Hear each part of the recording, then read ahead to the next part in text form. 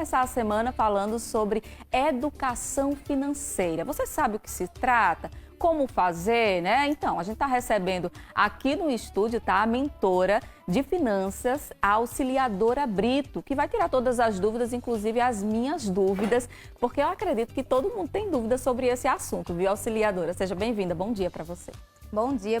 Gratidão por estar aqui e falar de um assunto tão importante, né? Tanto dentro das famílias, como de pessoas e também de negócios. Exatamente, viu? Esse assunto eu acho que tem que fazer parte do dia a dia, das conversas diárias aí, né, em volta da mesa. As famílias têm que conversar sobre isso, porque no final das contas pode trazer prejuízos. Como é que a gente faz para ter educação? Primeiro, o que é educação financeira? Como é que a gente chega até isso? Então, hoje a educação financeira, ela está voltada totalmente para o equilíbrio, né, financeiro que você queira atingir, né, dentro do seu negócio, dentro das suas famílias, né, atingir até de fato um objetivo. Por muitas das vezes quer comprar uma casa, né, quer ter o seu lar, quer ter um carro, um negócio próspero. Então, a educação financeira, ela chega para trazer esse equilíbrio, né, e você conquistar um objetivo traçado na sua vida. A educação financeira, ela pode ser real na vida de quem ganha pouco, por exemplo? De repente a gente está falando ali com uma dona de casa que ganha só um auxílio, né? O Bolsa Família,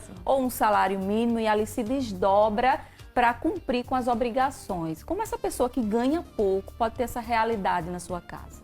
Então, eu falo muito sobre isso para as pessoas que estão iniciando ali, talvez até com salário mínimo, com o Bolsa Família, para que você inicie com pouco, né? Porque a educação financeira, ela precisa ter esse despertar, né, de você. Muitas das vezes eu digo ao meu cliente que, por exemplo, você iniciando apenas com uma quantia de R$50 por mês, né, coloque uma reserva, né, destinado para essa educação financeira, para esse início, e depois, obviamente, você vai aumentando, né, a sua expectativa com essa educação financeira.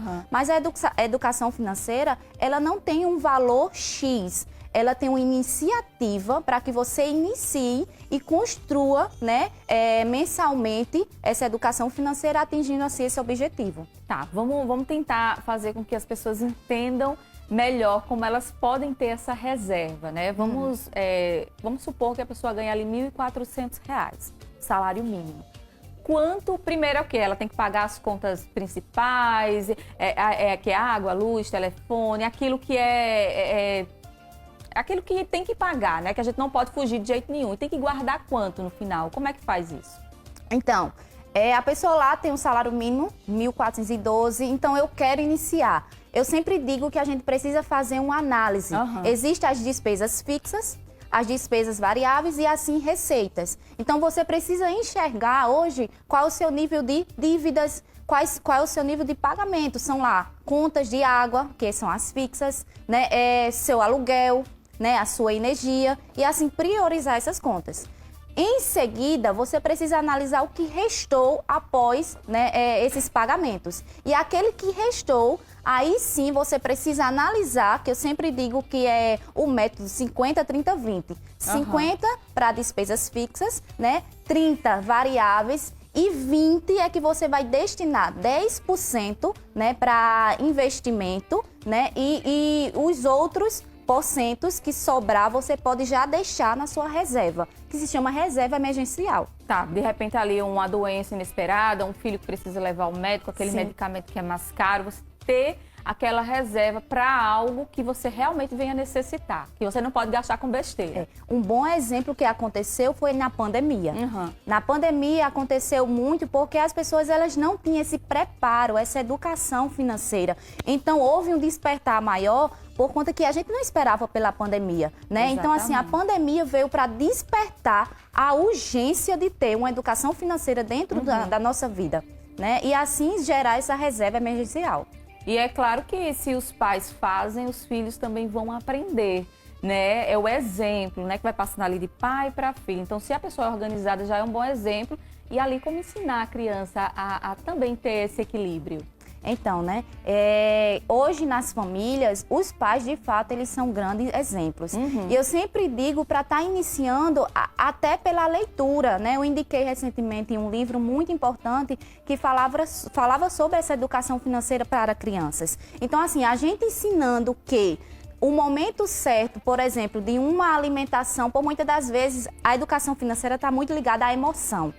Aquilo que acontece, a gente vai lá pela emoção e há o gasto desnecessário, por muitas das vezes. Então, a criança também está ligada a muita emoção. Então, quando a gente começa a ensinar que não é o momento certo, mas que vai atingir, né, um objetivo para aquela criança, seja um brinquedo, né, um dia temático para aquela criança, mas que ali não é o momento certo, que papai e mamãe tá começando a juntar e a gente vai construir isso junto, né, no dia a dia da criança, isso é muito importante. E aí é uma construção, né? Tem que ter isso, porque assim, às vezes a pessoa tá tão endividada, tão no vermelho, que diz assim, meu Deus, como é que eu vou começar? Começa com o que tem. Com o que tem. Isso é muito importante. Uma pesquisa recente, né, do Serasa mostrou que quase 50% dos brasileiros estão endividados. Então isso é muito sério. E falar de educação financeira é uma forma de ajudar essas pessoas. Tem que começar do jeito que está, né, auxiliadora? Exatamente. Inclusive, esse nível aí de endividados também, né, é 50% para endividados e os outros 50% é inadimplentes. Olha só. Então é isso. É porque a gente vem trazendo desde um cotidiano, uma rotina nossa de não despertar essa educação financeira. Então, assim, começar é o princípio. Comece com o que tem.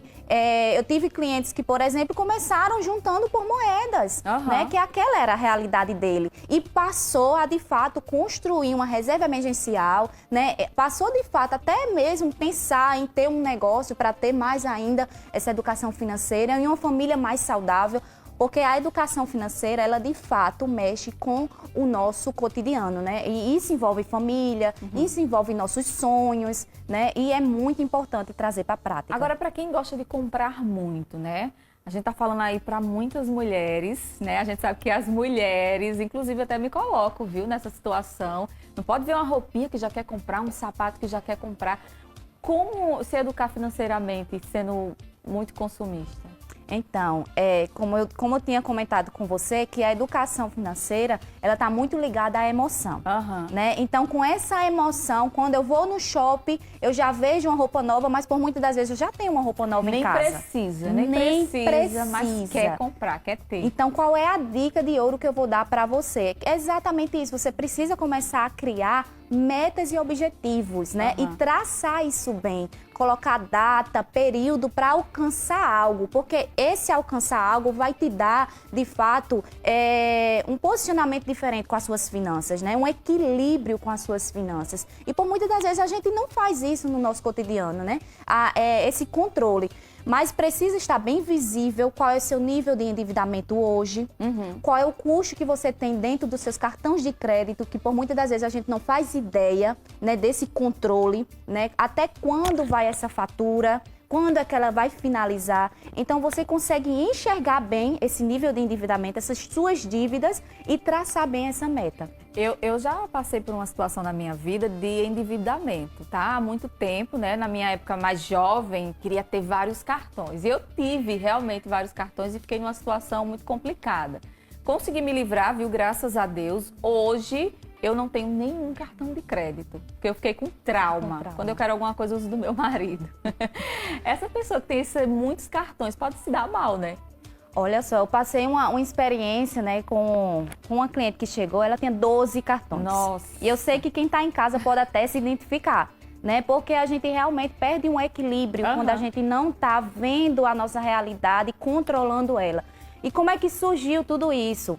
Desde um desequilíbrio familiar e foi passando. E isso acontece bastante. Então, assim, o que eu posso sugerir a você, eu não sou contra o cartão de crédito, né? Eu acredito que faz parte da economia, faz parte de tudo isso. Mas, se você não tem um equilíbrio nesses cartões de crédito, você, de fato, precisa repensar, né, se você vai ter ou não esse cartão de crédito. Porque o cartão de crédito, ele de fato estimula a gastar. É porque aquele né? dinheiro que você não tem no momento na mão, mas tem no cartão, né? Tem no cartão, E dividir em várias vezes, é mais indicado ou é melhor dividir em menos mesmo? Então, eu sempre falo que é melhor dividir em menos, porque a gente não visualiza, isso é tão interessante você ter me perguntado, porque é um hábito nosso de não visualizar a questão de juros e multas, né? E quanto mais você divide, maior isso é. E esse controle as pessoas não fazem, né? E acaba atrapalhando na sua educação financeira. Então, se for dividir muito, prestar atenção se tem juros. Juros e né? multas. Porque aí a conta final vai aumentar, né? Instantaneamente. Sim. E também tem aquela ilusão, vou dividir, vamos supor uma compra de R$200, vou dividir em 10, fica 10 de 20, fica bem pouquinho, no instante... aí, de repente, você compra outra coisa, compra outra, se confiando que está dividindo em muito e se ferra. Exatamente. De repente, já está o montante e o descontrole financeiro já está se iniciando ali mesmo. É complicado, viu? Olha, falar de educação financeira, vale a pena você sentar à mesa, chamar o marido, se for casado, né? Até os filhos também para participarem ali. E expor, olha, aqui é a nossa situação, né? Cartão é isso, a gente está devendo isso. Tem que fazer isso para também ter esse planejamento? Olha, eu digo que é um princípio, porque se você convive com uma família, você precisa trazer à mesa essas orientações e entender como é que está essa vida financeira. Porque muitas vezes, só abrindo parêntese, o provedor da casa, né, que pode ser o homem ou a mulher, fica sobrecarregado. Sim. E as pessoas que estão na residência não têm noção do que aquela pessoa está passando, né? Porque é uma pressão. Viver o endividamento é uma pressão muito grande, né? E por muitas das vezes se começa lá um controle financeiro familiar quando você tem um diálogo com a sua família, né?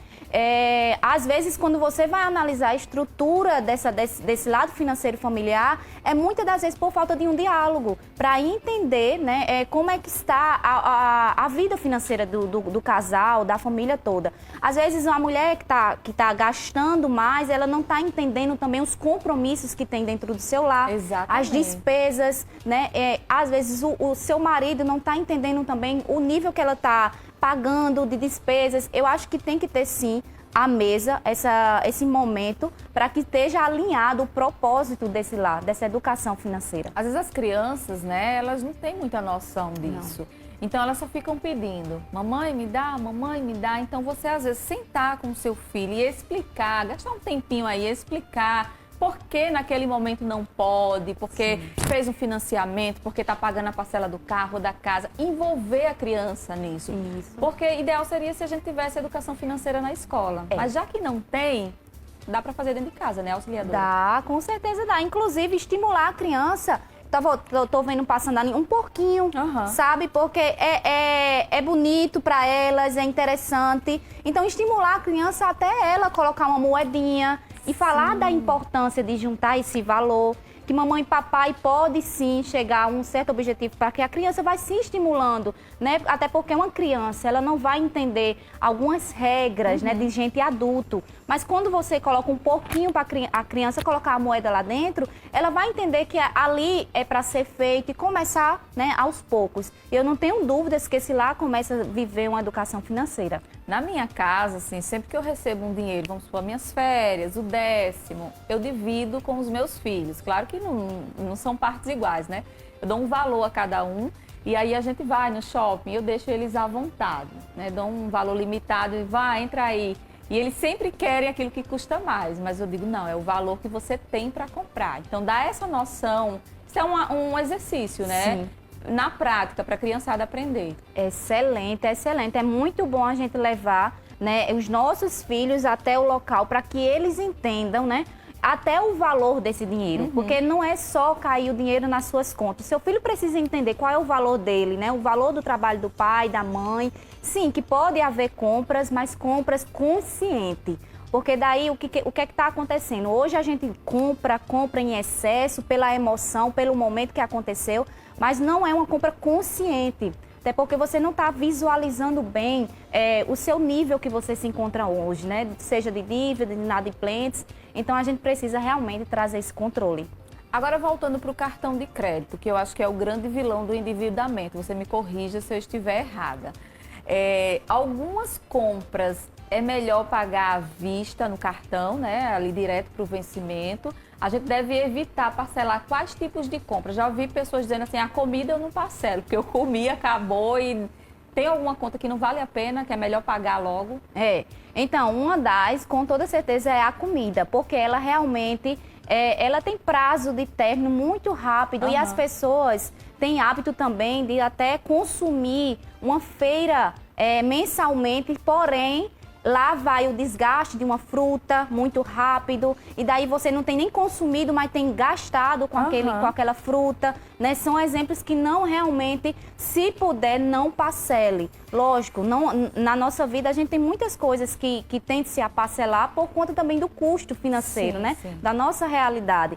Mas se você puder não parcelar exclusivamente esse ponto da feira, que realmente você tem um custo com aquela feira e por muitas das vezes não usufruiu, né? E houve o desgaste né, daquele produto. Perfeito, perfeito. Já quero agradecer, viu, a sua participação aqui conosco. Foi muito bom, enriquecedor, né, aqui na nossa manhã, falar sobre educação financeira. Muito obrigada, viu, auxiliadora? Deixa aí teus contatos aí pro pessoal, se de repente quiser um auxílio teu. Eu que agradeço, né? Mas se você quiser mais saber de educação financeira, porque é um universo, né? Você pode me seguir no @auxiliadorabrito.oficial, meu contato 9940 5748. Tá aparecendo na tela para facilitar. Pronto. E é isso, eu gosto de dizer que há possibilidades de você sim ter uma educação financeira, ter uma vida melhor, conseguir realizar sonhos familiares, né? E de fato aí decolar até também no mundo dos negócios. Tá certo. Obrigada, viu? Até Obrigada a próxima. também. É isso aí, minha gente. Tem que se organizar, viu? Se você quiser crescer aí na vida, né? Comprar aí um imóvel, quem sabe, um carro, se organiza, tá certo? Ter educação financeira é fundamental para você ter uma vida melhor também, tá certo? Agora vamos abrir aqui um espaço no nosso programa para a gente dar aquela dica, né? De todas